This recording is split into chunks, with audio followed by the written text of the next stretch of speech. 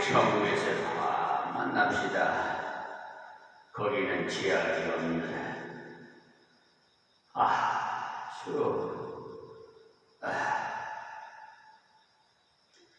너무나도 좋은 하나님의 은혜,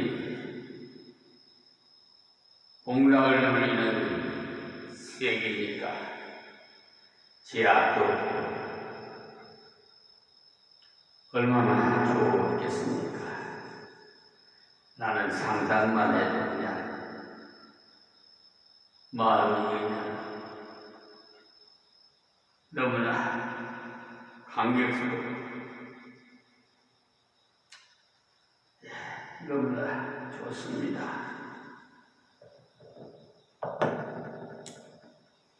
자, 오늘 새벽 기도 시간도 좀 말씀을 좀 속도를 좀 내야 될 것 같아요.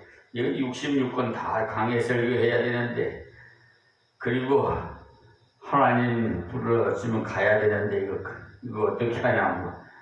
지금 전해드릴 것도 너무너무 많은데. 자, 갈라디아서 강해 설교 이거 어디 또 접선이 떨어졌다 붙었다는 모양이네. 다 모든 것이 다 많이 사용하면은 고장이 나는가 봐. 사람도 마찬가지. 자, 갈라디아서 강해 설교로 4장 21절 말씀입니다. 내게 말하라. 율법 아래에 있고자 하는 자들아, 율법을 듣지 못하였느냐? 의뢰의 말씀을 버리고 율법주의로 돌아가는 어리석은 갈라디아 성도들에게 율법을 지키는 것이 얼마나 어리석은 것인지를 가르쳐 주는 것입니다. 율법주의의 결과는 뻔하기 때문에 복음을 믿지 못하고 율법주의적인 사람은 천당에 들어가고자 하면 천국 문에서 주님이 내가 너를 알지 못하니 나가라고 합니다. 여러분, 그런 소리 듣지 않으려면 복음적인 신앙생활을 해야 돼요. 그것이 제일 비참해요.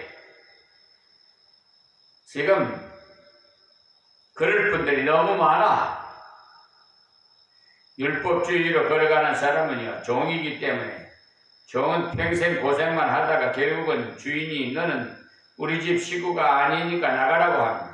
아버지의 모든 것을 가질 수 있는 권리가 없기 때문에 여러분 중에도 십계명을 지켜서 성경대로 살아서 천국 가고자 하는 좋은 일을 함으로써 하나님 앞에 가고자 하는 사상을 한쪽 구석에 가지고 있으시다면 말끔히 청소하십시오.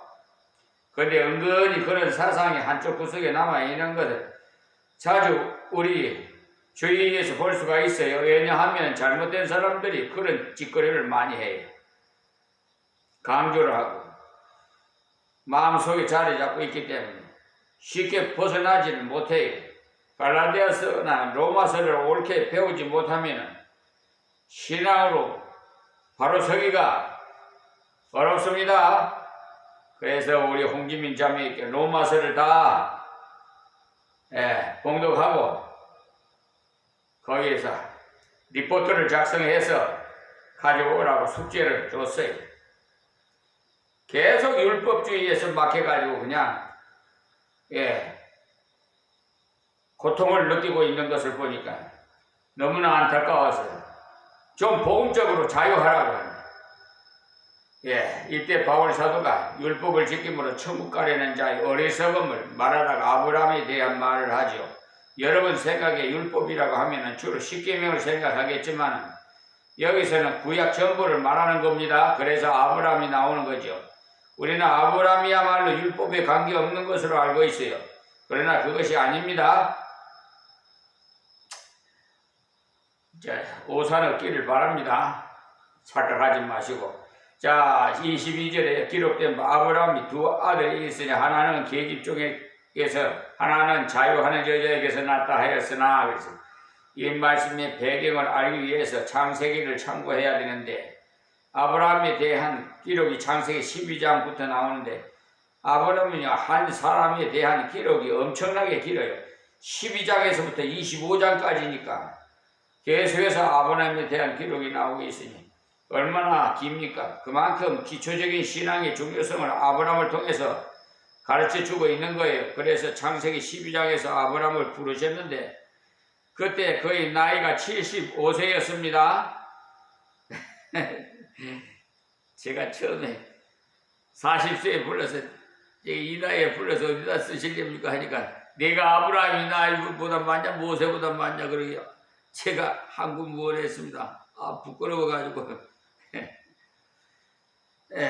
아브라함은 내가 여기 지시한 땅으로 가라 그리하면 너는 복의 근원이 될지라 했어요. 그런데 아브라함 나이가 75세이고 사라의 나이가 65세였으나 아들도 딸도 없었어요. 재산은 상당히 많습니다만 자식이 한 사람도 없었어요. 그런 아브라함에게 갈대아 우르에서 떠나서 하나님께서 지시하시는 쪽으로 가면 앞으로 창대하게 되겠노라고 약속했어요. 아브라함이 하나님의 약속의 말씀을 믿고 갈대아 우르를 떠나서 어디로 가야 할지 갈 바를 알지 못한 채 하나님께서 떠나라 그러니까 떠났어요. 목적지도 가르쳐 주지도 않으시고 떠나라 했어요. 하나님의 약속의 말씀만 반드시 이루어진다는 것을 믿었기 때문에 그렇죠. 여러분 믿지 못하면 어떻게 갈 바를 모르는데 어디 목적지도 말 안 하는데 어떻게 가겠습니까 여러분. 여러분 중에 아마 한 사람도 아브라함처럼 갈 사람이 없을 것 같은데 모르겠습니다만 하나님의 전능하심을 믿고 또 나를 극진히 사랑하신다는 것을 믿으면 보따리를 싸서 떠날 수가 있어요. 하나님께서 나를 이렇게 사랑하시니까 떠나라고 했지. 그러니까 사랑하는 사람 말을 잘 들어야 해요. 복이 와요. 왜냐면요, 아내의 말도 잘 들어줘야 돼요. 남편 되시는 분들. 또, 부인 되시는 분들도 남편 말을 잘 들어줘야 되고요. 순종해야 돼요. 남편을 뭐라고 그랬어요? 주같이 섬기라고 그랬잖아요. 근데 여러분 주같이 섬깁니까? 참, 요즘, 부인에게 매맞고 사는 남편도 있다 하더라고. 세상이 거꾸로 가는가 봐. 참 창피한 일이야. 그러니까 하나님의 법칙을 어긴 뭔 복을 받겠어요. 그 결과는 뻔해요. 뭐 보나 마나요. 교회 다니도 소용없어요. 그런데 가난한 사람이 보따리 싸는 것은 쉽습니다만 부자가 보따리 싸기란 쉬운 일이 아니죠. 그것도 문명이 미개한 곳에서 발달한 곳으로 가라고 하시면 이해하기가 쉽겠는데 그 당시에 세계의 문명의 발달지가 갈대아 우르인데 거기에서 떠나라고 하시니까 쉬운 것이 아닙니다. 지금 말하면 서울 같은 곳인데 저 농촌으로 가라면 저 오지로 가라고 하면 여러분 가겠습니까? 그 간다고 하는 사람은 대단한 사람이에요. 여러분. 아브라함 때에 벌써 도서관이 있었고 아브라함 시대 때 공중 목욕탕이 있을 정도로 발달된 곳입니다. 또 건축 양식도 상당히 발달된 도시입니다. 그런 문명의 도시에 살고 있는 아브라함은 어느 곳으로 가라고 지시하지도 않고 그냥 떠나라고 하신 거예요. 목적지도 가르쳐주지도 않고 아브라함은 하나님의 약속을 믿었으므로 떠날 수 있었어요. 하나님은 천지를 만드시고 하나님은 나를 만드시고 나를 사랑하시니까 하나님 말씀대로 떠나가면 틀림없이 참되게 하시리라 믿고 떠났던 거죠. 떠나 가나안에 살고 있는 아브라함을 하나님께서 15장에서 또 불렀어요. 아브라함이 들어 말라. 나는 너희의 방패요 너희 지극히 큰 상급이니라고 하고 1절에 말씀하지요. 아브라함이 하나님께 대답하기를 주 여호와여 무엇을 내게 주시려나이까 나는 무자하오니 나의 상속자는 이 다메섹 엘리에셀이니다라고 했지요. 그때까지도 자식이 나지 않았으니 하는 말이죠. 하나님께서 제게 복을 주시겠다고 하시나 복을 담을 그릇이 있어야죠. 하나님께서 창대케 하신다고 약속하셨습니다만 딸도 없고 아들도 없으니까 몸종으로 있는 엘리에셀에게나 복을 주시옵소서. 그래 하시면 그를 양자로 삼든지 하겠습니다라고. 하나님께서는 네가 잘못 생각하고 있다. 그것이 아니라 내가 너를 심히 번성케 하되 반드시 열국의 아비가 된다 하시자 아브라함이 예 하고 엎드렸어요. 그렇게 하실 줄 믿겠노라고 예 아멘 했습니다. 그런데 10년쯤 지났는데도 아직도 자식 낳을 소식이 보이지 않자 부인된 사라가 아브라함을 살살 꼬셔서 다른 여인과 관계해서라도 자식을 두라고 했어요. 창세기 16장에 당신의 나이가 더 먹기 전에 자식을 봐야 되지 않겠소? 당신의 나이가 85세이니 지금 자식을 보지 못하면 앞으로 기력이 없어서라도 자식을 보지 못할 것이니까 내 몸종을 통해서라도 자식을 보도록 합시다.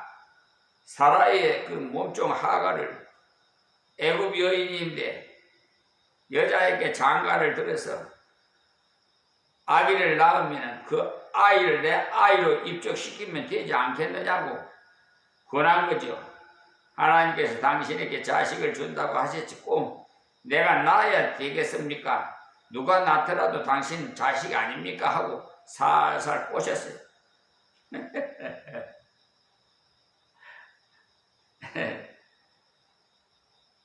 아마 아브라함도 은근히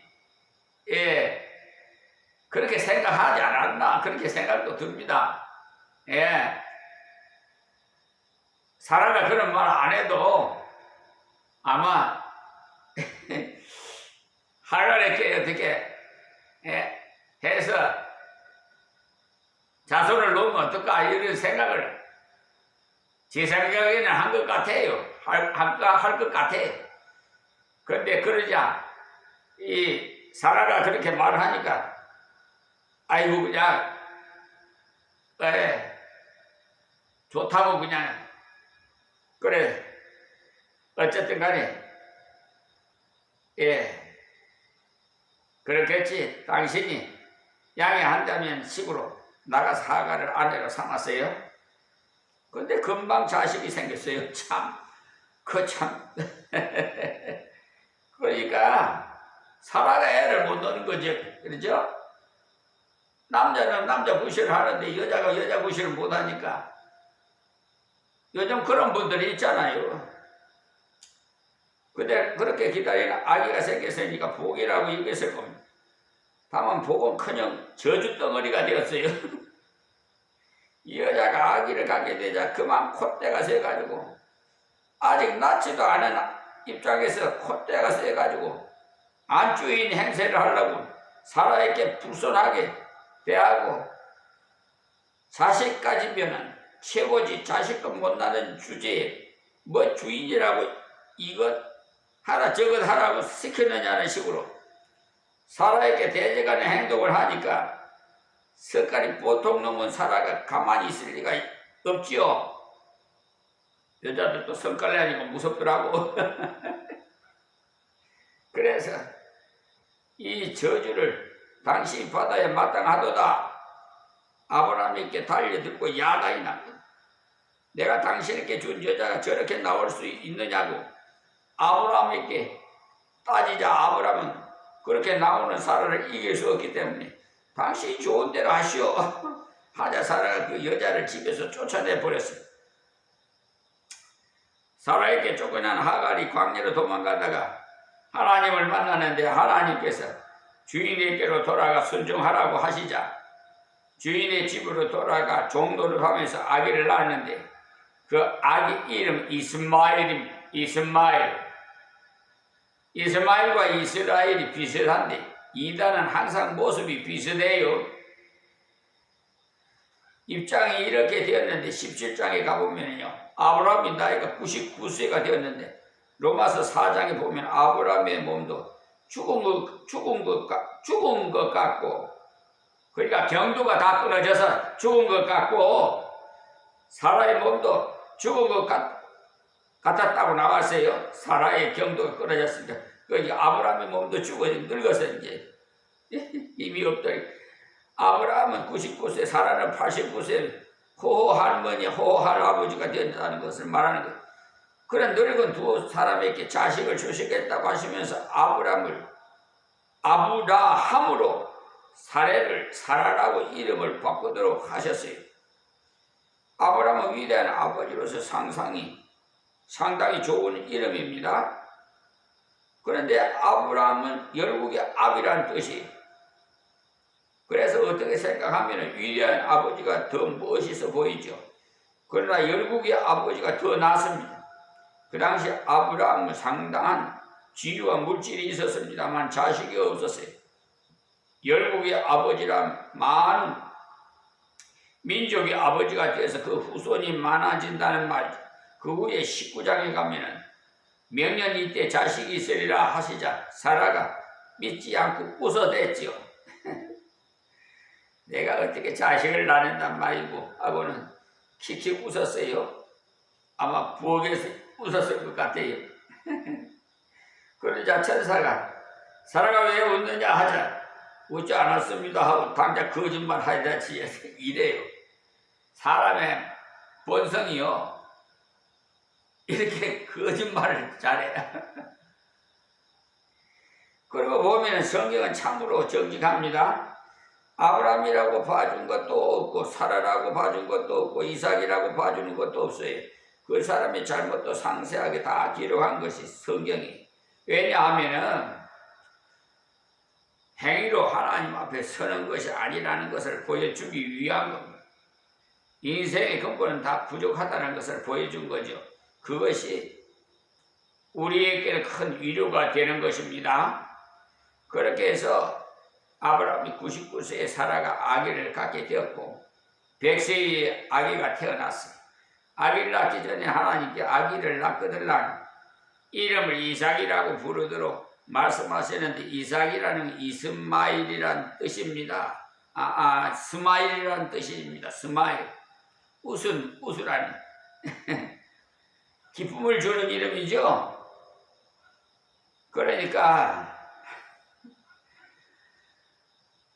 사라가 웃었기 때문에 하나님께서 웃음이라고 지으라고 하셨는지는 모르지만 이삭을 통해서 너희 부부도 기뻐하겠지만 많은 사람들이 기뻐하겠다 해서 기쁨을 주는 아이라는 의미에서 이삭이라고 이름을 짓도록 하신 겁니다. 그리고 한 가지 특별히 부탁하시기를 너는 그 아기가 나거든 8일 만에 할례를 행하도록 해라 하셨는데 할례라는 것은 아기의 고추끝을 자르는 겁니다. 고추끝을. 그러니까 그 귀중한 부위를 다 자르는 게 아니고 그 포경수술을 말하는 거예요. 포경수술. 껍질을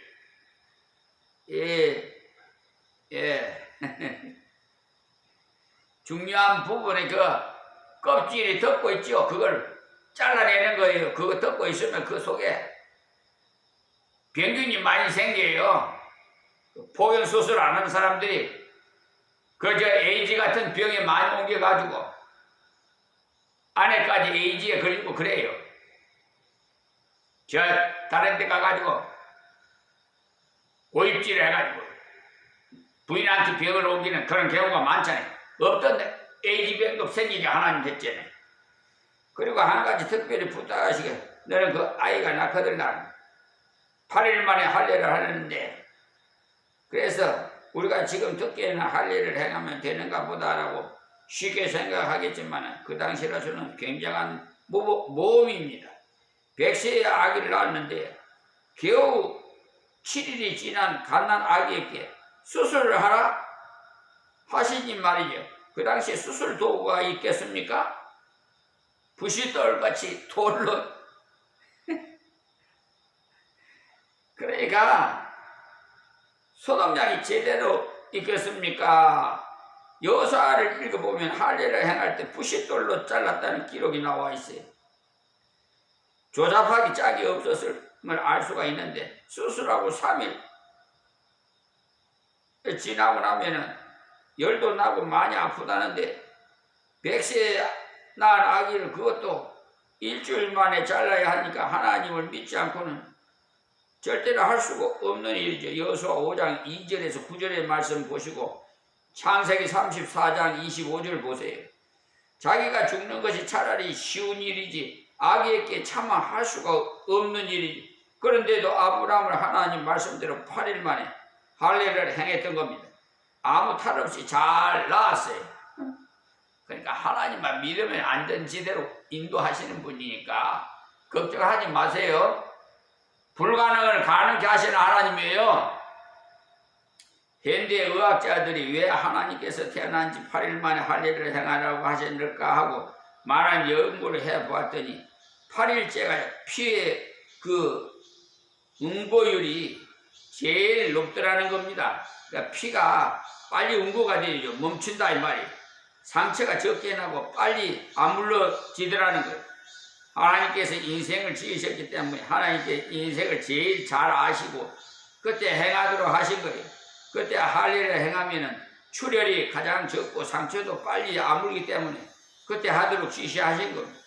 예수 믿은 의사 선생님들이요, 하나님께서 왜 그렇게 하셨을까 궁금하게 여기고는 태어난 지 하루 만에도 해보고 셋째 날에도 해보고 쭉 실험을 해보니까 8일 만에 한 것이 빨리 치료가 나더랍니다. 그러나 아브라함은 그런 것을 몰랐죠. 그냥 하나님 말씀을 믿고 행했더니 잘 나았던 거예요. 그러니까 어떻게 보면 미련한 자가 순진한 것 같아. 시키는 대로 하니까 그렇게 낳은 이삭을 약속의 자녀라고 하셨고 이스마엘은 육체의 자녀라고 하는 거예요. 이 정도로 말씀드리고 본문으로 돌아가겠습니다. 22절에 다시 보시면 기록된 바 아브라함이 두 아들이 있으니 하나는 계집종에서 하나는 자유하는 여자에게 낳았다 했으니 쓰나 계집종이 바로 하갈이고 자유하는 여자는 바로 사라로서 아브라함의 정식 부인입니다. 자, 23절에 계집종에게서는 육체를 따라 낳고 자유하는 여자에게는 약속으로 말미암았느니라. 이것이 복음과 율법의 차이입니다. 똑같은 아버지 몸으로 태어났으나 다르지요. 마찬가지로 똑같이 교회 다니고 있으나 육체의 자녀가 있고 자유하는 자녀가 있어요. 복음 믿는 자가 있고 율법으로 행하는 자가 있다 이 말입니다.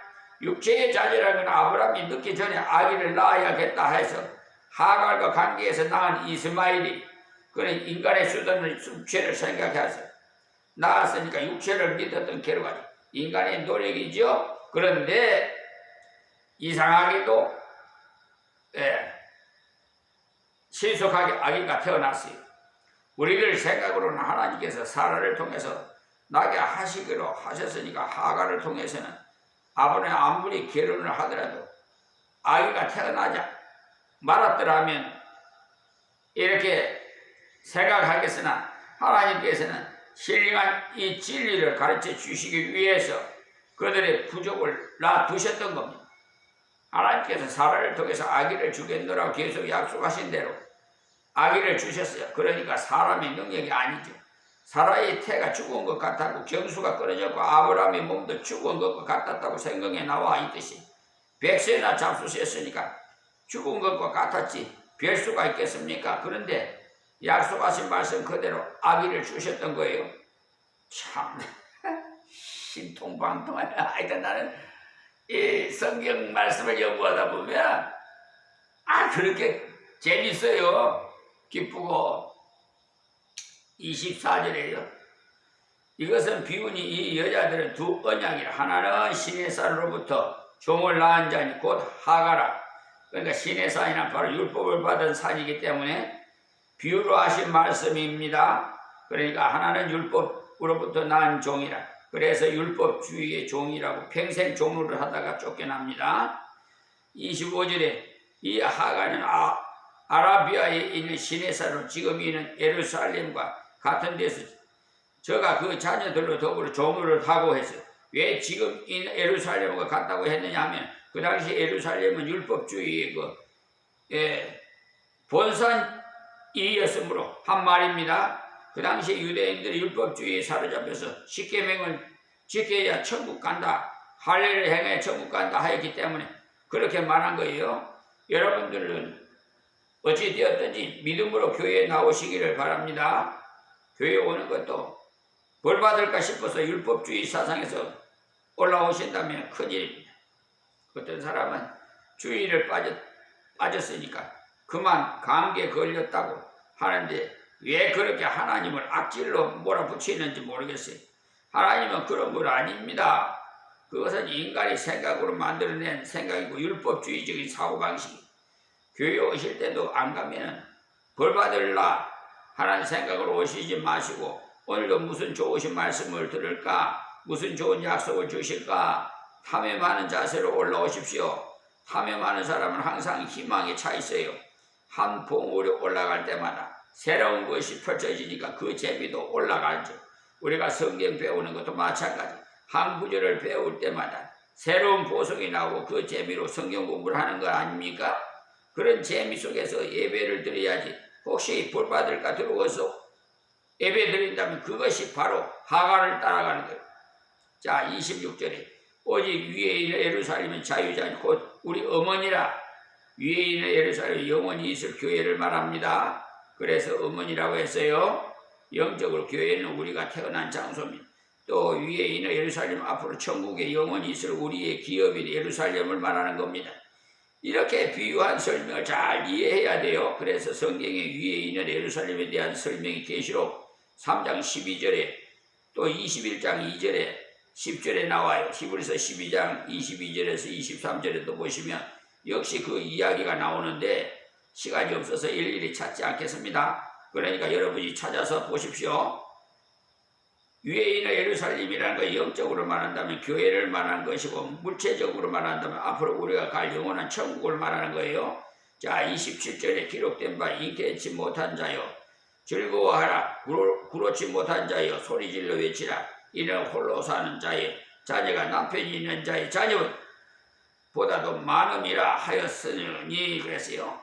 이 말씀은 이사야 54장 1절을 인용한 말씀인데 이스라엘 백성들이 포로로 잡혀가가지고 이방인에게 민족적으로 많은 고난을 당했습니다.